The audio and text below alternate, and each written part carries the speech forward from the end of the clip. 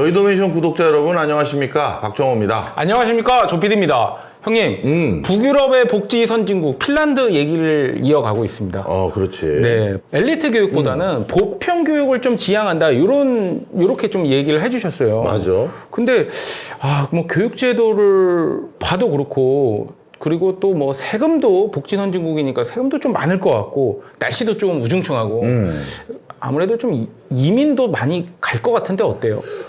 근데 이게 우리에게 참 또 시사점이 또 큰 질문을 네가 한 거야. 네.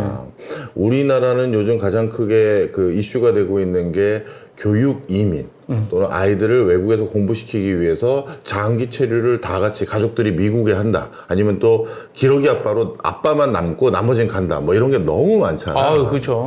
근데 핀란드는 그렇지가 않아.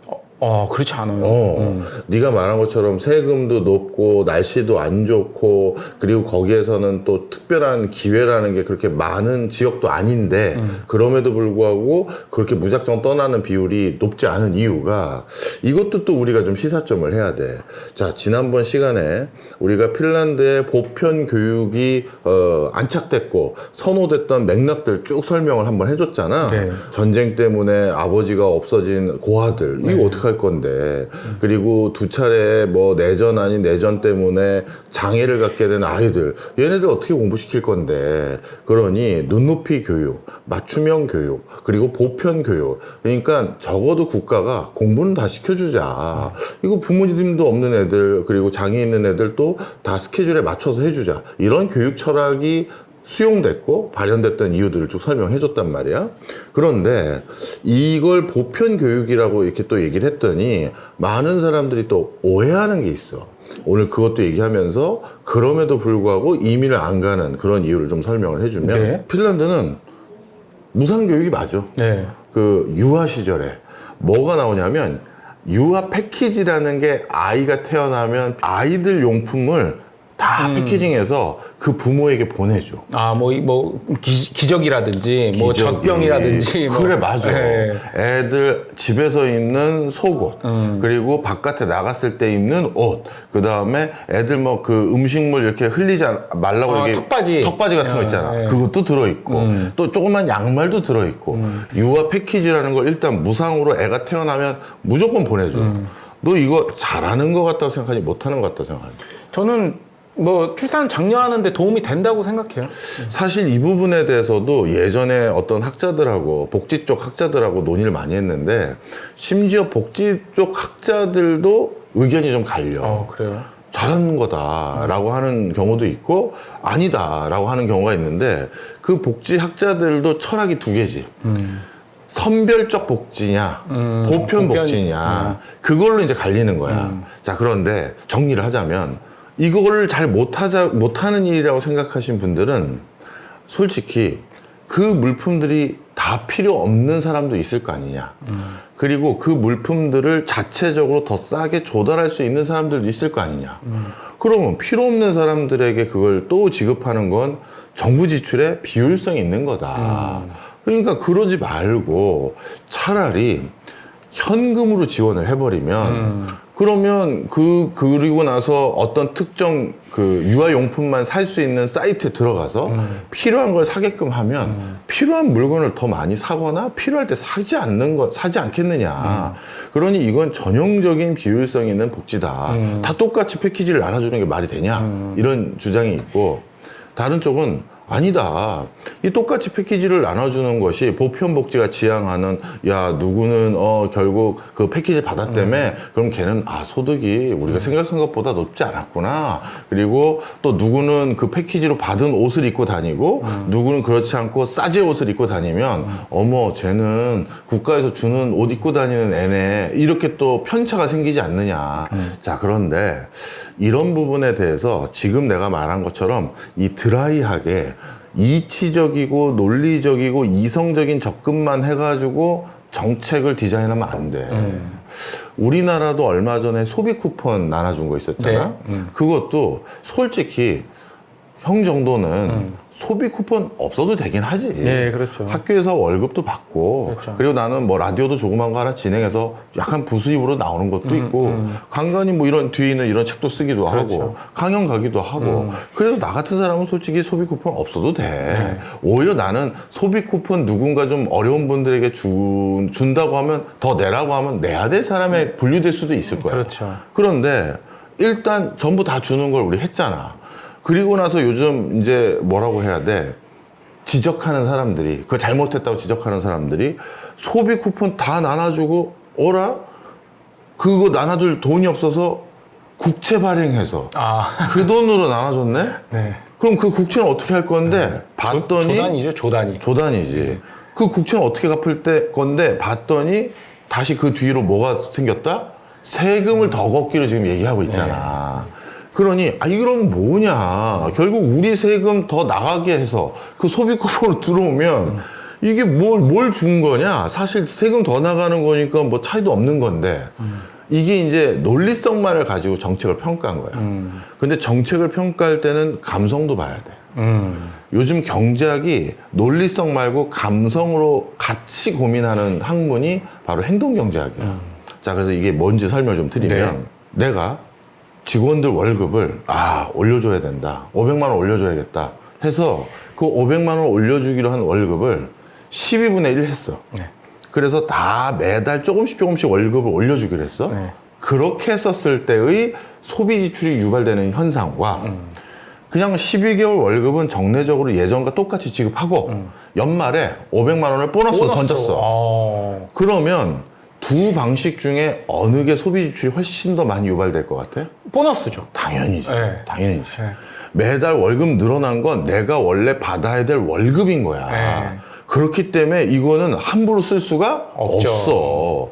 근데 막판에 500만 원 한 번에 딱 들어온 건 뭔가 꽁돈 생긴 것 같고 그렇죠. 덤으로 생긴 것 같고 그렇다면 이거 가지고 가족들하고 어디 소고기나 한번 먹을까? 이 생각할 수도 있는 뭐 거고. 해외여행을 계약한다거나. 그럴 수도 네. 있고. 그렇기 때문에 소비가 훨씬 더 빠르게 촉진되는 거야. 자, 그 다음에 보너스를 100만 원을 주기로 했어. 근데 100만 원을 그냥 통장에 현금으로 입금해 준 것과 100만 원어치 백화점 상품권을 사줬어. 어느 게 소비가 더 촉진될 것 같아? 상품권. 당연히 상품권이 촉진돼. 우리가 똑같은 돈의 금액이라 하더라도 현금으로 가지고 있었을 때는 백화점에 가서 필수품이라든가 꼭 생활에 필요한 생필품을 사는 비율이 훨씬 높아. 그렇죠. 근데 백화점 상품권은 나 이거 원래 현금이었으면 안 살 법한 것들 있지. 갑자기 안경테를 바꿔본다든가 아니면 원래는 내가 안 사도 그만인 집에 있는 예쁜 오브제성의 뭐 스탠드를 바꿔본다든가 이런 거에 돈을 써버려. 그러니 이 돈을 어떤 형태와 물성으로 주는지에 따라서도 우리가 반응을 하는 정도가 다른 거야. 자, 그러면 그냥 국가에서 저희가요 국가 재정을 봤더니요 이거 지금 딱 보니까 소비 쿠폰을 전 국민에게 나눠주려고 했는데 돈이 없습니다. 이 봤더니 국채 발행해야 되는 상황이었었고요. 그러면 또 어쩔 수 없이 저희가 세금을 증세해야 되다 보니 그냥 저희가 이렇게 결정했습니다. 세금으로 도로 뜯어가면서 소비 쿠폰 나눠주는 건 아무 의미 없잖아요. 그래서 그냥 소비 쿠폰 안 나눠줄게요 한 것과 소비 쿠폰을 일단 다 나눠줬어. 네. 그리고 세금을 증세했어. 이런 상황이면 결과가 똑같을까? 다르죠. 다르지. 일단 소비 쿠폰 받았다는 건 덤으로 뭐가 생겼다라고 생각을 해버리는 거야. 그렇죠. 뉴스를 통해서 이거 국채 발행됐고 결국 그것 때문에 증세 논의되고 있어서 우리 세금 올라가겠네 하는 걸 익히 들었어도 이 소비 쿠폰 쓰게 되는 거야. 소비 쿠폰으로 뭘 사가지고 그걸 뭐 당근 마켓에 팔아서 현금화하는 사람은 없잖아요. 거의. 그렇지. 네. 자, 그래서 요지는 우리는 반은 감정의 동물이야. 반은 이성의 동물이고. 그래서 하다못해 평소에 일을 할 때도 그리고 공무원이 정책을 만들 때도 국회의원들이 국민들과 소통을 할 때도 정서라는 것도 같이 신경을 써야 일을 잘하는 사람이 되는 거야. 그런데 모르겠어. 이번 정부에서 이런 것까지 알고 소비 쿠폰을 지급했다. 내가 그렇게까지는 모르지. 그냥 해봤더니 경제 이론상 그게 이렇게 뒷받침되는 거였어? 이렇게 된 건지 아니면 이거 진짜 다 계산해서 한 건지 그건 내가 몰라. 내가 그걸 어떻게 알겠어. 하지만 실제 다르다. 그리고 정서적으로 이게 다른 거다. 자, 그럼 다시 핀란드 얘기로 돌아와 보자고. 핀란드도 똑같아. 애가 태어났는데 정부에서 국가에서 우리의 태어난 걸 축하한다고 카드 같은 거에 정말 자녀의 출산을 축하드린다. 건강하고 평생의 뭐 행복을 기원한다 하면서 뭔가 예쁜 용품을 보내줬어. 되게 예뻐. 그게 너저분하고 거지 같은 걸 줬으면 이거는 뭐 정치 완전 꽝이지. 테무에서 막 사가지고 물 다 빠지고 이거 납성분 추출되고 그런 수준의 나라는 하나님만 아니야. 못한 거죠. 그렇지. 딱 봐도 너무 이쁜 거야. 또 애들 용품이 이쁘잖아. 그러니까 부모에게 난 국가에서 케어받고 있다. 느낌 확 주는 거지. 나는 어떤 이 공동체의 일원으로서 그렇지. 국가의 케어를 받고 있다는 그런 느낌 있잖아요. 그렇지. 그리고 그 케어받은 국가에서 준 옷을 또 입혀보잖아. 그리고 사진 찍고 그러면서 또 언젠가 아이한테 얘기하겠지.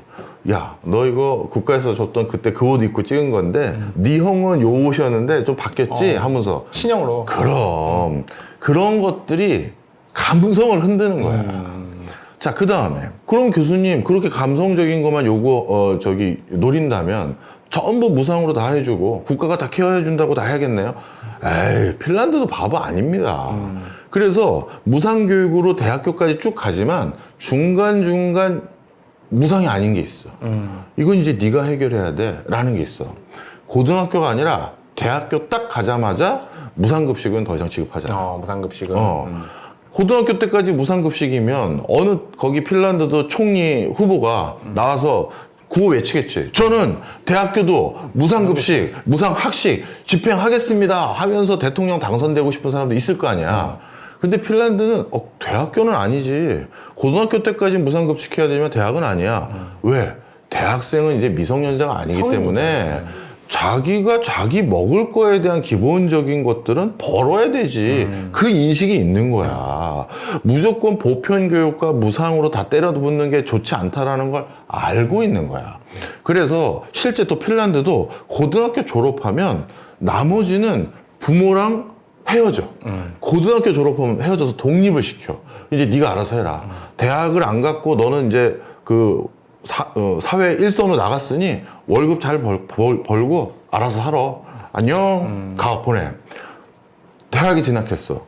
학비는 국가에서 무상이잖아.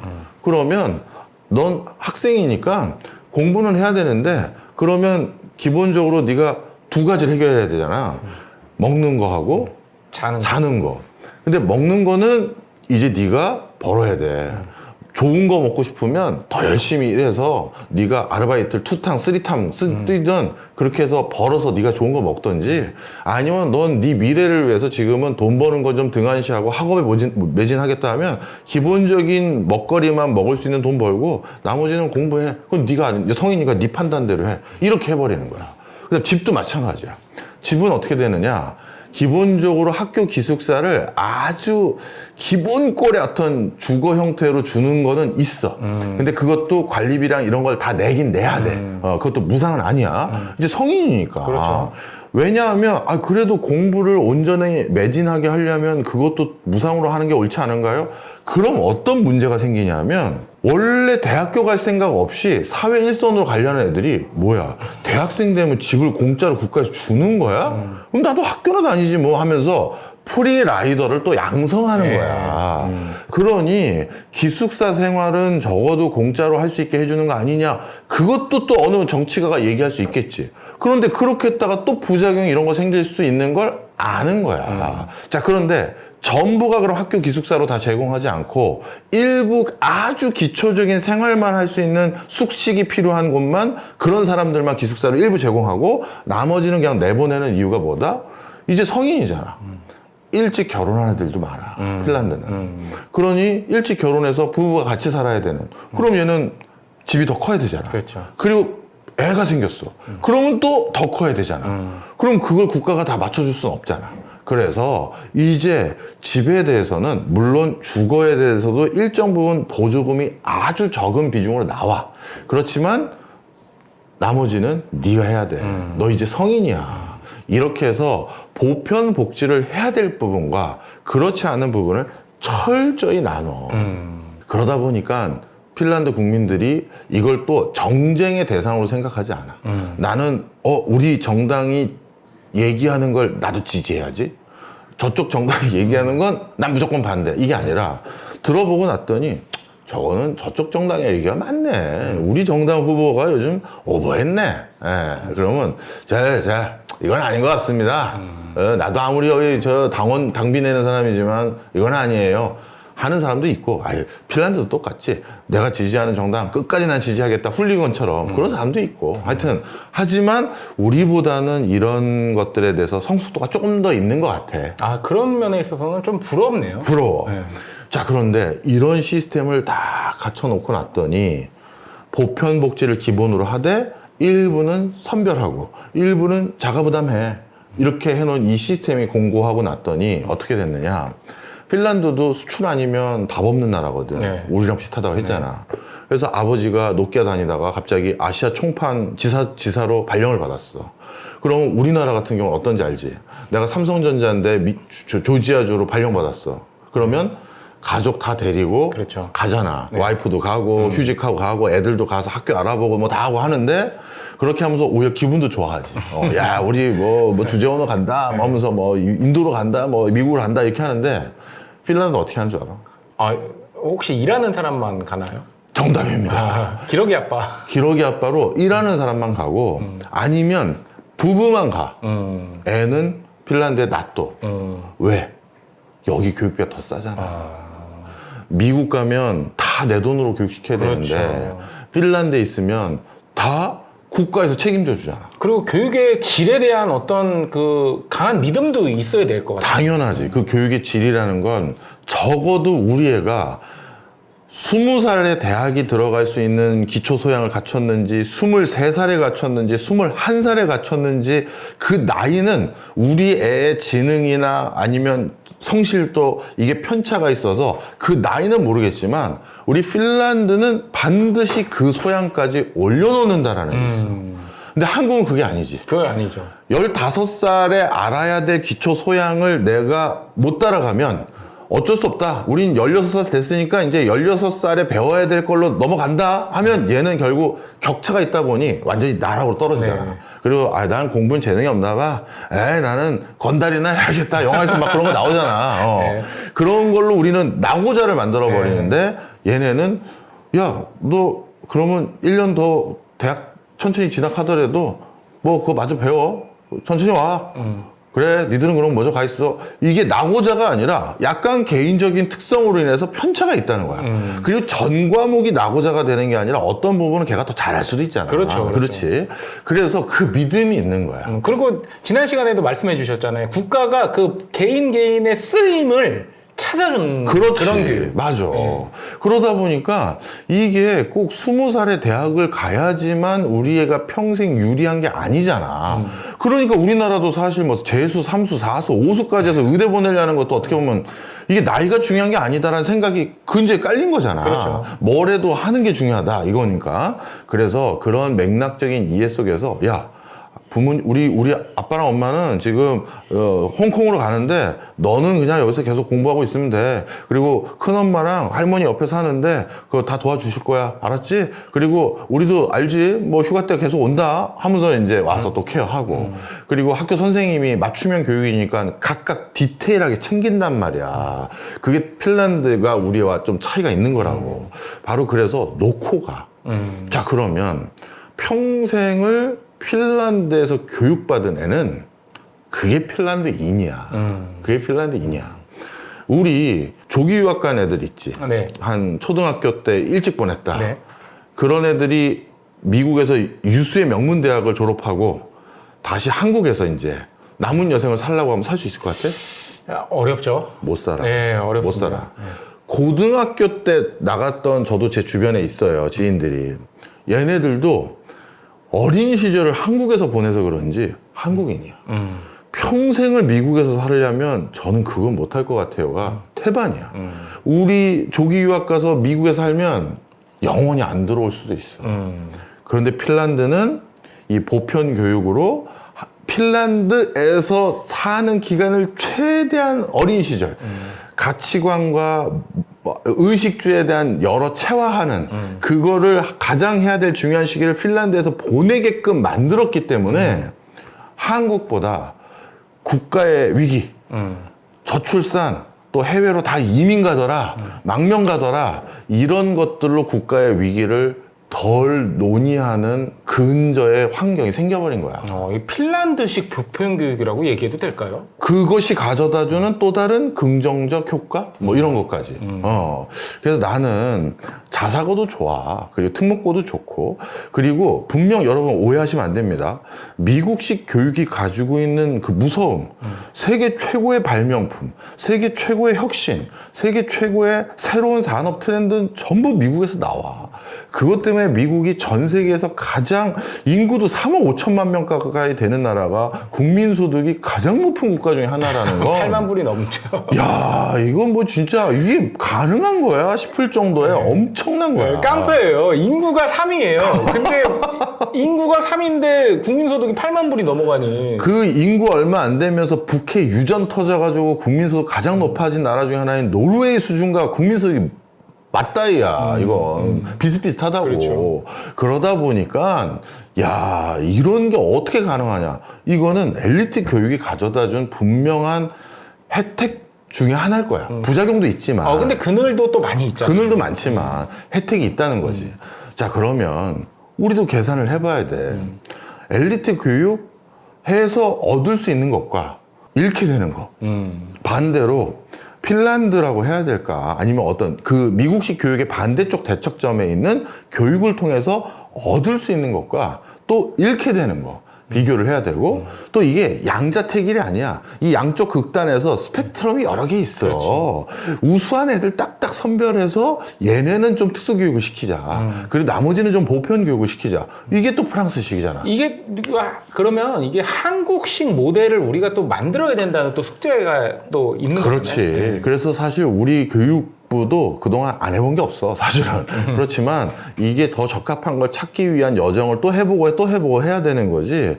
지금 너무 많은 사람들이 해외로 너무 일찍 아이들을 내보내고 있고 그 애들 중에서 또 적지 않은 숫자가 이제 한국과 빠이빠이를 해버리면 이것도 우리가 보이지 않는 기껏 애가 적게 태어났는데 태어난 애마저도 잘 길러보겠다고 외국에서 교육시켜서 결국 성인 된 다음에 난 그냥 미국 시민권 취득했어, 캐나다 시민권 취득했어, 뉴질랜드 시민권, 호주 시민권 취득했어.